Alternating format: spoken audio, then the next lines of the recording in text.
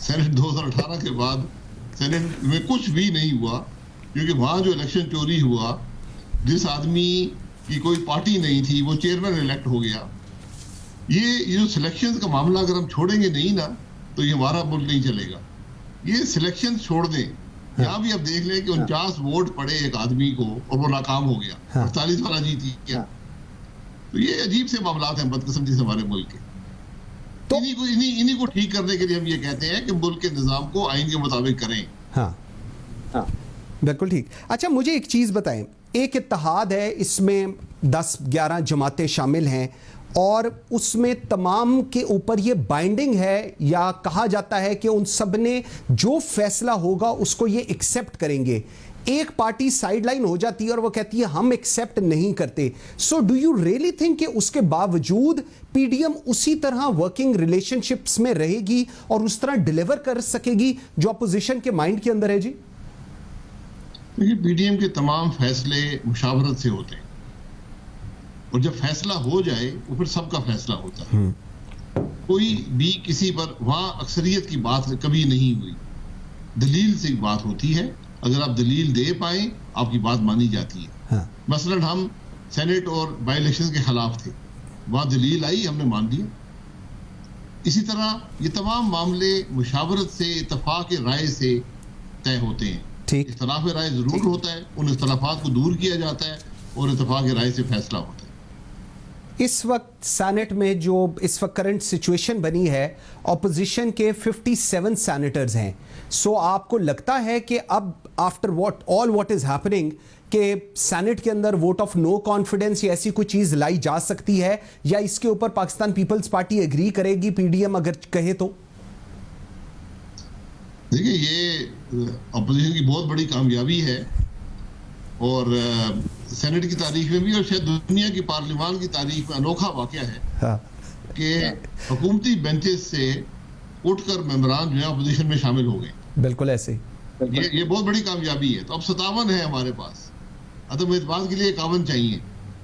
تو میرا تو خیال ہے کہ پہلا جو یوسف رضا گیلانی صاحب کے لیے پہلا سٹیپ ہی ہونا چاہیے کہ وہ ایک دم عدم اعتماد کریں, اور جو ان کی حقیقی کرسی ہے چیئرمین سینٹ کی, وہاں جا کر بیٹھیں. بالکل ٹھیک. اچھا دو چیزیں ذرا مجھے سمجھائیے گا, کیونکہ اس کے اوپر ہماری بارہا پروگرامز کے اندر پاکستان پیپلز پارٹی کے جو پارلیمنٹیرینز ہیں, جو پی ایم ایل این کے ہیں, ان سے یہ بڑی ہارڈ ہیٹنگ ڈسکشن ہوئی ہے. سر ایک چیز ڈسکس ہوئی تھی, چیئرمین سینٹ جو ہوگا وہ پاکستان پیپلز پارٹی کا ہوگا, deputy chairman senate J U I F کا ہوگا, اور جو اپوزیشن لیڈر ہوگا وہ پاکستان مسلم لیگ نون کا ہوگا. راجہ پرویز اشرف اور آپ اس میٹنگ کے اندر شامل تھے, پھر اس کے بعد یہ چینج آف ہارٹ کیسے ایک دم ہو گیا؟ دیکھیں, یہ پی ڈی ایم سربراہی اجلاس میں کمیٹی بنی, میرے گھر پر اس کی میٹنگ ہوئی, 2.5 گھنٹہ جاری رہی.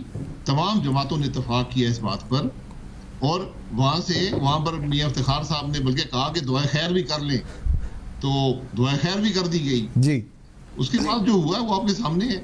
یعنی ایک ہفتہ بھی ہم اس فیصلے پر قائم نہ رہ پائے, اور آج سب کی بدنامی بھی ہو رہی ہے, کچھ کی زیادہ ہو رہی ہے, کچھ کی کم ہو رہی ہے.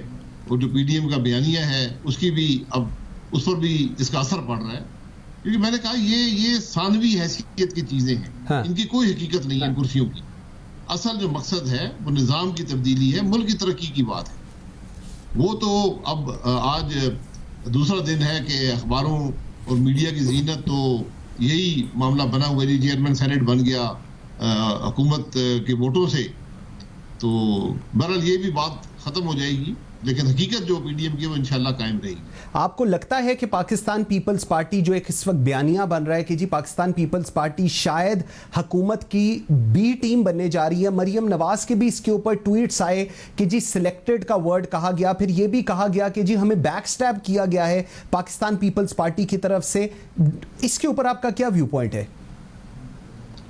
دیکھیے, ویو پوائنٹ مریم نواز صاحب نے اپنا ویو پوائنٹ دے دیا ہے. اب بات یہ ہے کہ آپ عوامی تاثر کیا ہے. عوامی تاثر وہی ہے جو آپ نے بیان کیا. بالکل. اور یہ بدقسمتی ہے پیپلز پارٹی کی کہ آج ایک بہت بڑی قیمت انہوں نے ادا کی ہے ایک ایسے معاملے میں جو اگر وہ پی ڈی ایم میں لے آتے کہ ہمیں یہ سیٹ چاہیے تو پی ڈی ایم ان کو سیٹ دے دیتی.